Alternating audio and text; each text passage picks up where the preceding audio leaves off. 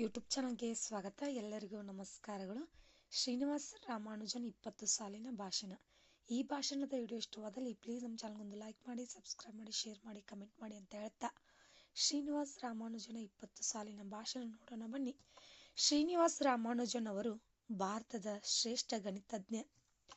ಅವರು 1887 ಡಿಸೆಂಬರ್ 22ರಂದು ತಮಿಳುನಾಡಿನ ಈರೋಡಿನಲ್ಲಿ ಜನಿಸಿದವರು. ಅವರ ತಂದೆ ಕುಪ್ಪುಸ್ವಾಮಿ ಶ್ರೀನಿವಾಸ್ ಅಯ್ಯರ್, ಸೀರೆ ಅಂಗಡಿಯ ಗುಮಾಸ್ತ. ತಾಯಿ ಕೋಮಲ ತಮ್ಮಾಳ್, ಗೃಹಿಣಿ.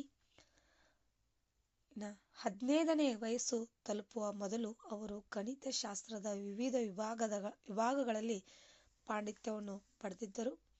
ಅವರು 13ನೇ ವಯಸ್ಸಿನಲ್ಲಿದ್ದಾಗಲೇ ಯಾರ ಸಹಾಯವಿಲ್ಲದೆ ಟ್ರಿಗ್ನೋಮೆಟ್ರಿ ಲೆಕ್ಕವನ್ನು ಪೂರ್ಣಗೊಳಿಸುತ್ತಿದ್ದರು. ಅವರು ಡಿಗ್ರಿಯಲ್ಲಿ ಫೇಲ್ ಆಗಿದ್ದರೂ ಗಣಿತದಲ್ಲಿ ಮೇಧಾವಿಯಾಗಿದ್ದರು. ಅವರು ಕಲಾ ವಿಭಾಗದ ವಿಷಯಗಳಲ್ಲಿ ಉತ್ತೀರ್ಣರಾದವರು ಅಸಮರ್ಥರಾಗಿದ್ದರು. ಡಿಸೆಂಬರ್ 22ರಂದು ರಾಷ್ಟ್ರೀಯ ಗಣಿತ ದಿನವನ್ನು ಆಚರಿಸಲಾಗುತ್ತದೆ. ಈ ದಿನ ಪ್ರಸಿದ್ಧ ಭಾರತೀಯ ಗಣಿತಶಾಸ್ತ್ರಜ್ಞ ಶ್ರೀನಿವಾಸ ರಾಮಾನುಜನ್ ಅವರ ಜನ್ಮದಿನವನ್ನು ಸೂಚಿಸುತ್ತದೆ. 2012ರಿಂದ ಡಿಸೆಂಬರ್ 22ರನ್ನು ನ್ಯಾಷನಲ್ ಮ್ಯಾಥಮೆಟಿಕಲ್ ಡೇ ಎಂದು ಆಚರಿಸಿಕೊಂಡು ಬರಲಾಗುತ್ತಿದೆ. ಶ್ರೀನಿವಾಸನ್ ರಾಮಾನುಜನ್ ತಮಿಳುನಾಡಿನ ಈರೋಡ್ನಲ್ಲಿ 22 ಡಿಸೆಂಬರ್ 1887ರಲ್ಲಿ ಜನಿಸಿದವರು. ಅವರು 12ನೇ ವಯಸ್ಸಿನಲ್ಲಿ ತ್ರಿಕೋನಮಿತಿಯಲ್ಲಿ ನಿಪುಣನಾಗಿದ್ದರು.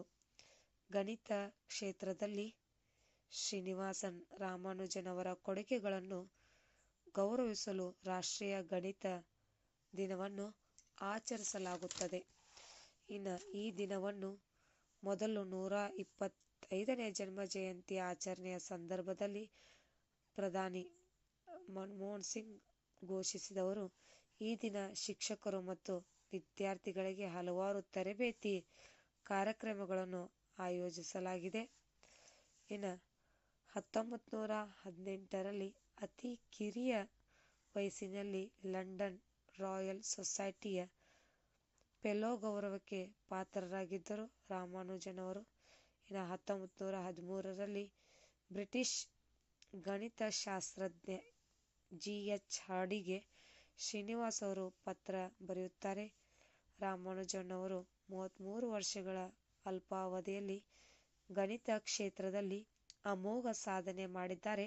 32ನೇ ವಯಸ್ಸಿಗೆ ಕುಂಭಕೋಣಂನಲ್ಲಿ ಮರಣ ಹೊಂದಿದರು ಅಂತ ಹೇಳಿ ಅವರು ಒಂದು ಪತ್ರ ಕೂಡ ಬರೀತಾರೆ.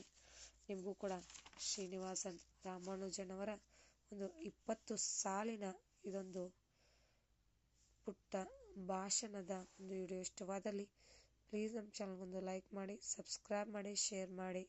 ನೀವೇನಾದರೂ ನಮ್ಮ ಚಾನಲ್ನ ಫಸ್ಟ್ ಟೈಮ್ ನೋಡ್ತಾರೆ ಪ್ಲೀಸ್ ಸಬ್ಸ್ಕ್ರೈಬ್ ಮಾಡ್ಕೊಂಡು. ಥ್ಯಾಂಕ್ ಯು, ಧನ್ಯವಾದಗಳು.